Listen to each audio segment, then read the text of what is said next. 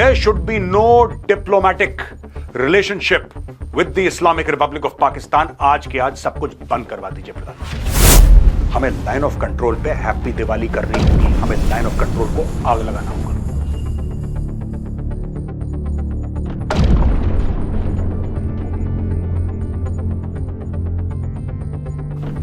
पाकिस्तान का ऐसा हलवा बनाएंगे लाइन ऑफ कंट्रोल पे, इनको पता नहीं लगेगा सर मिसाइल कहां से गई कहां से आई। अगर पीओके हमारा है तो line of control is nonsense. This operation has been conceived and planned by the Pakistan army.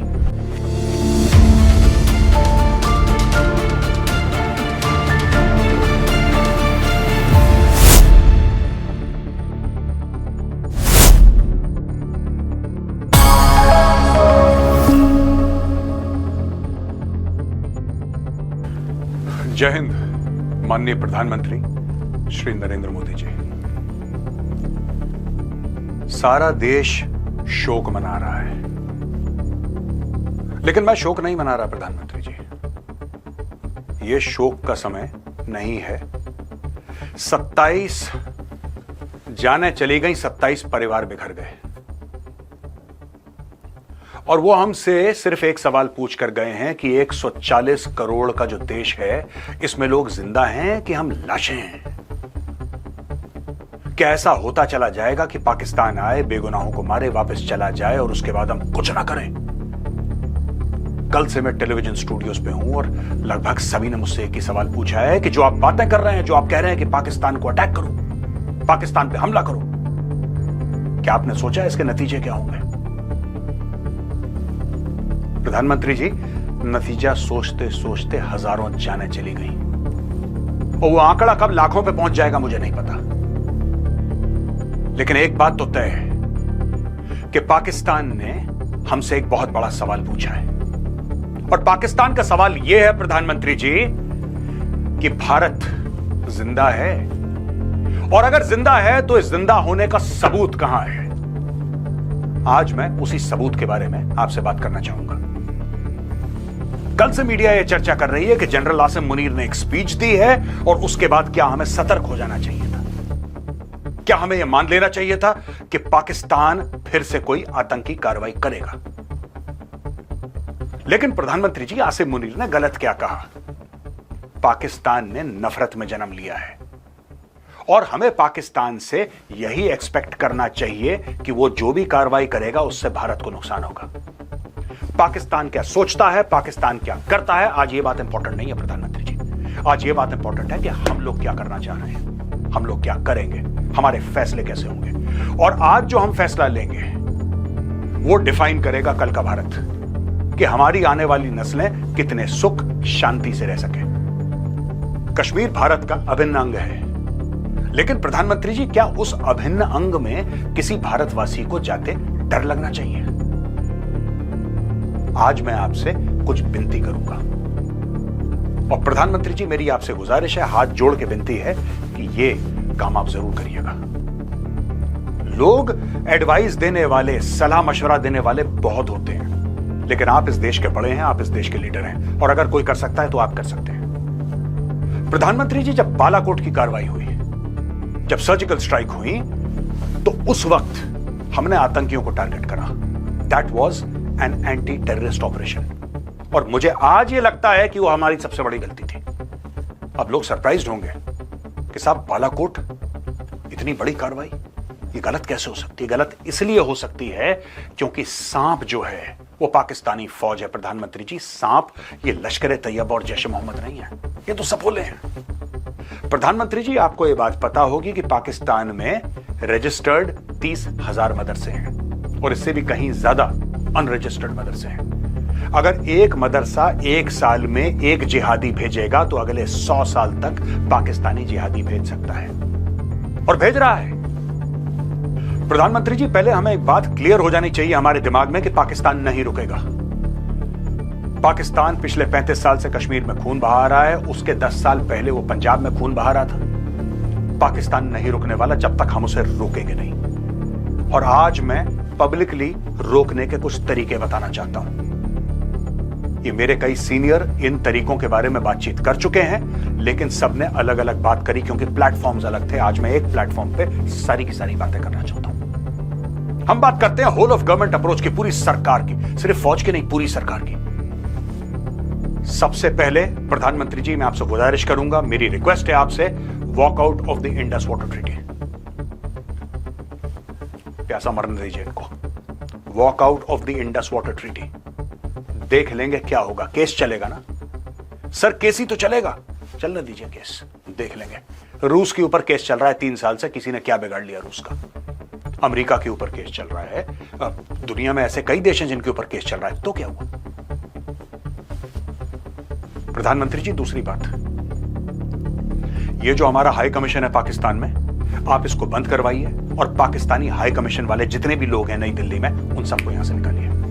जो भी कॉन्सुलेट्स हैं इनके भारत में, सबको बंद करवाइए और अपने कॉन्सुलेट्स को क्लोज करवा के वापस उन लोगों को भारत बुलवाइए। There should be no diplomatic relationship with the Islamic Republic of Pakistan. आज के आज सब कुछ बंद करवा दीजिए प्रधानमंत्री जी। एक साफ, एक दो टूक पैगाम चला जाए बीसीसीआई को, एक दो टूक पैगाम चला जाए बॉलीवुड को। पाकिस्तान के साथ कोई क्रिकेट नहीं होगी, पाकिस्तानियों के साथ कोई फिल्में, इनको अभी तक इस खुमारी, इस नशे से ही नहीं उतरे। कुछ ही दिन पहले सुष्मिता सेन ये कह रही थी कि पाकिस्तान के साथ हमें फिल्में बनानी चाहिए क्योंकि हम तो आर्टिस्ट हैं। प्रधानमंत्री जी, वो आर्टिस्ट हैं, उनका देश से क्या लेना देना, उनका सरहदों से क्या लेना? इनके घर का कोई नहीं गया ना, इनके घर का कोई नहीं गया, इनके घर में खून नहीं बहा, तो इनको कोई फर्क नहीं पड़ता। जितने लोग मरते हैं उनके लिए सिर्फ एक ब्रेकिंग न्यूज है। प्रधानमंत्री जी, जब पाकिस्तान के साथ रिश्ते बंद हो तो मुकम्मल बंद हो, पूरे बंद हो, 110% बंद हो ना। क्रिकेट, हम किसी प्रकार की क्रिकेट ना खेलें पाकिस्तान से। मैं छोटा सा उदाहरण देता हूं, आपको मुझसे बेहतर पता है। 1980 में रशिया ने और अमेरिका ने यह फैसला करा कि ओलंपिक गेम्स में ये लोग पार्ट नहीं लेंगे। पहल अमेरिका ने करी, मॉस्को ओलंपिक्स 1980 अमेरिका ने बॉयकॉट कर दिया, और अमेरिका के साथ जो वेस्टर्न कंट्रीज थी उनमें से काफी कंट्रीज ने मॉस्को ओलंपिक्स बॉयकॉट कर दिया। आपको पता है 1984 में क्या हुआ? 1984 में वही रशिया ने, उस जमाने में वो यूएसएसआर था, ईस्ट ब्लॉक की जितनी भी कंट्रीज थी जो यूएसएसआर के साथ थी, उन्होंने लॉस एंजलिस ओलंपिक को बॉयकॉट कर दिया। ओलंपिक्स बॉयकॉट करें देशों ने, ओलंपिक्स। यहां पे 2 कौड़ी की चैंपियंस ट्रॉफी के लिए लोगों के मुंह में पानी आ जाता है। Sir, Olympics, they have boycotted Olympics. आप कर दीजिए बॉयकॉट, कर दीजिए बॉयकॉट। नहीं खेलना पाकिस्तान के साथ, कोई भी रिश्ता नहीं रखना, कोई ट्रेड नहीं हो। प्रधानमंत्री जी, मैं आपको बोल रहा हूं, कोई व्हाट्सएप कॉल नहीं जाना चाहिए पाकिस्तान किसी भी प्लेटफॉर्म में। You should find it impossible to communicate with Pakistan and vice versa. आपके हाथ में, आप कर दीजिए। और आज की तारीख में चीन भी कुछ नहीं बोलेगा। चीन तो प्रधानमंत्री जी आपके दाएं बाएं घूम रहा है। शी जिनपिंग ने क्या मैसेज भिजवाया आपको परसों कि मोदी जी आप आइए बीजिंग, एससीओ के लिए आइए, शंघाई कोऑपरेशन ऑर्गेनाइजेशन की मीटिंग के लिए आइए, हम आपसे बैठ के बातें करना चाहते हैं। आज की तारीख में प्रधानमंत्री जी, ट्रंप ने इतनी चूड़ियां कस दी हैं चाइना की, इतनी भयानक चूड़ियां कस दी हैं कि चाइना मारा मारा फिर रहा है मलेशिया, मारा मारा फिर रहा है वियतनाम। शी जिनपिंग जा रहा है, मांगने के लिए जा रहा है उनसे कि अमेरिका को छोड़ो, हमारे साथ आ जाओ। शी जिनपिंग जो कि चाइना का भगवान है, वो जाएगा वियतनाम, लेकिन गया। आज की तारीख में वही शी जिनपिंग एडिटोरियल छपवा रहा है ग्लोबल टाइम्स में, Modi is the man of the moment. आइए आइए मोदी जी चाइना आइए। क्यों? क्योंकि ट्रंप ने उसके स्टॉक मार्केट की हत्या कर दी। मोदी जी, साफ सीधी बात है, यही मौका है, 4-5 चीजें करनी है। इंडस वाटर ट्रीटी मैंने आपको बता दिया, दूसरा डिप्लोमेसी, तीसरा खुल के आइए बलूचिस्तान के बारे में आपने 2016 में बोला था, दोबारा बोलिए बलूचिस्तान के बारे में। Give all diplomatic, political and financial support to the independence struggle of Balochistan. खुल के आना पड़ेगा, ये ऐसे नहीं मानेंगे, ये पाकिस्तानी लातों के भूत हैं। मोदी जी आप सपोर्ट करिए खुल के, हम सपोर्ट करेंगे। आप चलिए आगे आगे, हम आपके पीछे पीछे चलेंगे। मोदी जी, जो भारत ने सीज फायर अग्री करा था along the line of control, वो हमारी बहुत बड़ी गलती थी। उसके कारण कुछ भी कारण हो, इंटरनेशनल प्रेशर और जो भी था, लेकिन बहुत बड़ी गलती थी और आज हमें वही एहसास हो रहा है। क्योंकि जिन्होंने पहलगाम करा वो आए कहां से? आए तो वही लाइन ऑफ कंट्रोल पार करके, और हमने लाइन ऑफ कंट्रोल पे बोल दिया सीज फायर, कोई फायरिंग नहीं होगी, सुख शांति। पाकिस्तान ने वहां से अपनी फौजें हटाई क्योंकि उसको पता है कि भारत अंदर नहीं आएगा। उसने अपनी फौजें बहुत कम कर दी, ज्यादातर फौजें हटा दी, और उसने अपने पश्चिमी बॉर्डर पे, ड्यूरन लाइन पे, अफगानिस्तान के साथ जो बॉर्डर है वहां पे अपनी फौजें लगा दी। प्रधानमंत्री जी, हमें लाइन ऑफ कंट्रोल पे हैप्पी दिवाली करनी होगी, हमें लाइन ऑफ कंट्रोल को आग लगाना होगा। जब लाइन ऑफ कंट्रोल पे आग लगेगी, जब लाइन ऑफ कंट्रोल पे आग लगेगी प्रधानमंत्री जी, तब डर के मारे पाकिस्तानी फौज वेस्टर्न बॉर्डर से हटके लाइन ऑफ कंट्रोल आएगी, और जब ये लाइन ऑफ कंट्रोल आएगी वहां पे अफगान तालिबान और तहरीक तालिबान पाकिस्तान और बलोच फ्रीडम फाइटर्स को ठोकेंगे। यही हमारा एम होना चाहिए प्रधानमंत्री ji. Line of control activate करना आपका एक फोन कॉल है सर, आपका एक फोन कॉल है। All you have to do is tell the army chief, he will immediately call up the Northern Army commander and the game is on. The game is on, sir. Pakistan का ऐसा हलवा बनाएंगे line of control पे, इनको पता नहीं लगेगा sir missile कहां से गई, कहां से आई। मौत का तांडव होगा लाइन ऑफ कंट्रोल पे। इनकी इतनी औकात इसलिए बढ़ गई है क्योंकि हमने ये इनको पीसफुल और हार्मलेस के बीच में फर्क नहीं पता पाकिस्तानियों को। हम शरीफ हो गए, इन्होंने बदमाशी शुरू कर दी। दूसरी चीज प्रधानमंत्री जी, give permission for hot pursuit. हम लोग कहते हैं ना कि पीओके हमारा है, यही तो कहते हैं हम लोग, पीओके हमारा है, पीओके हमारा है, गिलगिट बाल्टिस्तान हमारा है। अगर पीओके हमारा है तो लाइन ऑफ कंट्रोल है क्या फिर? अगर पीओके हमारा है तो line of control is nonsense. Individual battalions along the line of control should be tasked, अपने घातक भेजो। You have para SF team sir, आपकी नदन कमांड में 4 पैरा है, 9 पैरा है, tell them go across, hit Pakistani posts. आपके line of control पे पिनाकाज है, आपकी बोफोर्स है, और है 155 mm medium guns. Sir, it is time to open these guns, it is time to open these guns and you should target formation headquarters, no anti terror operations. I am not interested कि लश्कर तैयबा और जैश मोहम्मद के इतने आतंकवादी मारे, मत मारो आतंकी को। Target the Pakistan military, that's all. Just target military. It should be a military to military confrontation. बाकी जो आतंकी हैं वो जम्मू और कश्मीर पुलिस और सीआरपीएफ कर सकते हैं। फॉर्मेशन हेडक्वार्टर्स इनके, ब्रिगेड हेडक्वार्टर इनके, डिव हेडक्वार्टर। कुछ लोग सोचते हैं कि अगर हमने ऐसा करा तो पाकिस्तान से पलटवार होगा। सर, वो तो होना ही है, वो तो होना ही है, और जीतेगा वही जो एस्केलेशन से नहीं डरेगा। क्योंकि आप गोली चलाएंगे, वो मशीन गन चलाएंगे, वो मशीन गन चलाएंगे, आप मोटर चलाएंगे, आप मोटर चलाएंगे, वो फील्ड आर्टिलरी चलाएंगे, वो फील्ड आर्टिलरी चलाएंगे, आप मीडियम आर्टिलरी चलाएंगे। ये तो बढ़ता रहेगा। आपका हॉरिजॉन्टल एस्केलेशन भी होगा, आपका वर्टिकल एस्केलेशन भी होगा, आपके दोनों एस्केलेशन होंगे। लेकिन अगर पाकिस्तान को पता लग जाए cost and consequences, sir cost and consequences, हर एक चीज का दाम चुकाना पड़ता है, हर एक चीज के नतीजे होते हैं। ऐसा नहीं हो सकता कि आप आए, 27 लोग आप पहलगाम में जान से मार दें बेगुनाहों को और उसका कोई कॉन्सिक्वेंस ना हो। ये प्लान किसने करा है सर? मैं आपको छोटा सा एक उदाहरण देता हूं, आपको मेरी बात समझ में आ जाएगी। सर, जहां पे ये पर्यटक थे वहां तक तो गाड़ी नहीं जा रही थी। रोड हेड तकरीबन आधा घंटा दूर था, जहां तक गाड़ी जा सकती है रोड हेड, वो तकरीबन आधा घंटा दूर था। इनके ऊपर फायरिंग हुई, आराम से फायरिंग करी उन लोगों ने, आराम से लोग मारे निकाल निकाल के, और सर आपका नाम लेके लोगों को मारा। एक औरत कहती है आतंकवादी से कि मेरे पति को मार दिया, तुम मुझे भी मार दो, मैं क्या करूंगी? जी, क्या करा? नहीं, तुझे नहीं मारूंगा, तू जाके मोदी को बताना। एक महाराष्ट्र से आए, उनको मारा, कह रहा है तुम मोदी के समर्थक हो इसलिए मैं तुम्हें मार रहा हूं। आतंकवादी ने आपका नाम लेके मारा सर। लेकिन ये मेरा पॉइंट नहीं है। मेरा पॉइंट ये है सर कि this was conducted, this was planned by a military mind. ये सिविलियन के बस का ही नहीं है ये ऑपरेशन करना।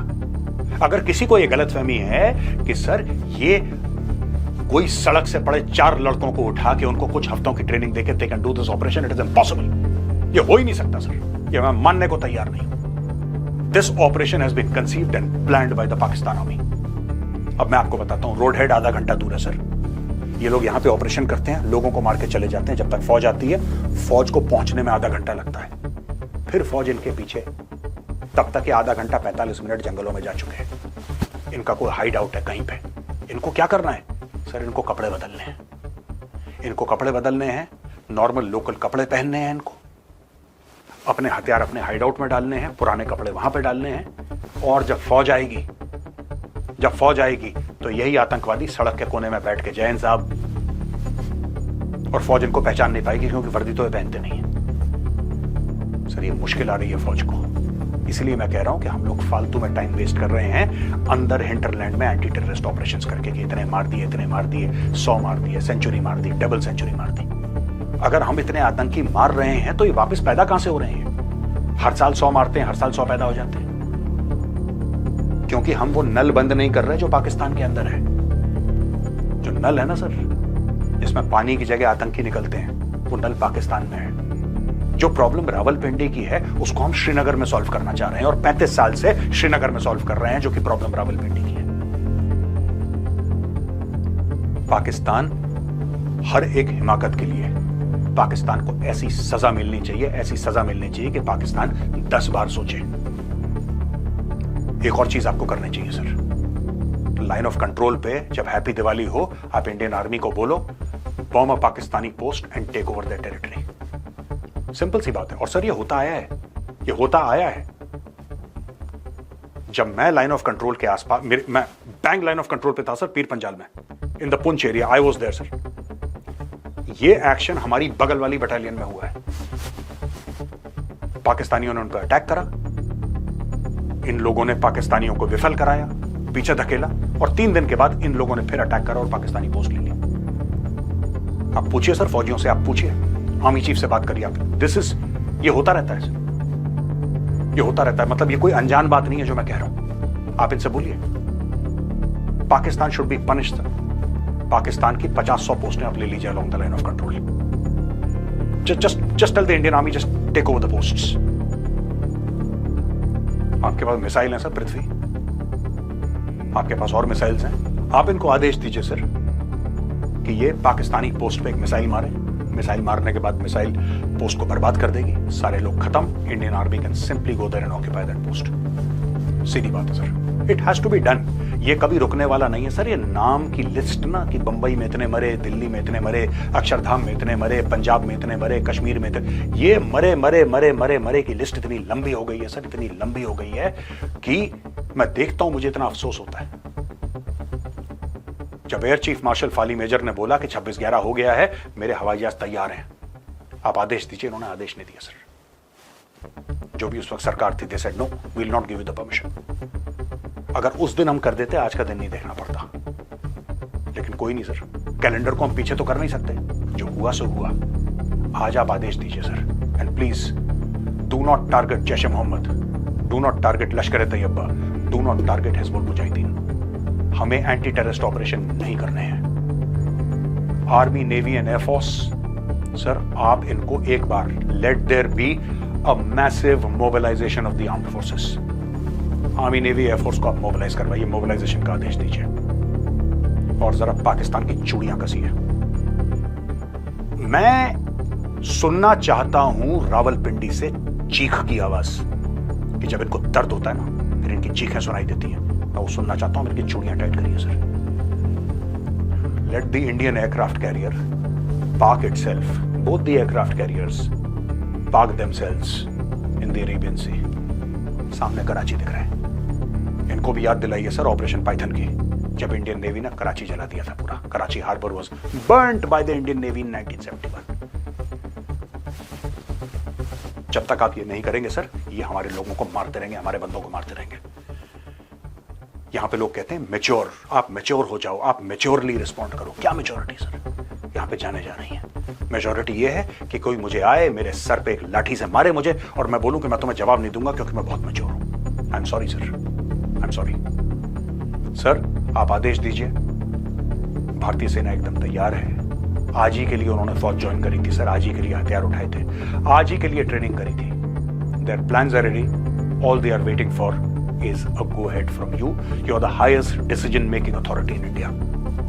आपसे बड़ी डिसीजन मेकिंग अथॉरिटी कोई नहीं है भारत में। आप इनको आदेश दीजिए और बता दीजिए लोगों को, पूरे दुनिया को लोगों को बता दीजिए कि इस बार दिवाली सर्दियों में नहीं, दिवाली अप्रैल के महीने में। जय हिंद।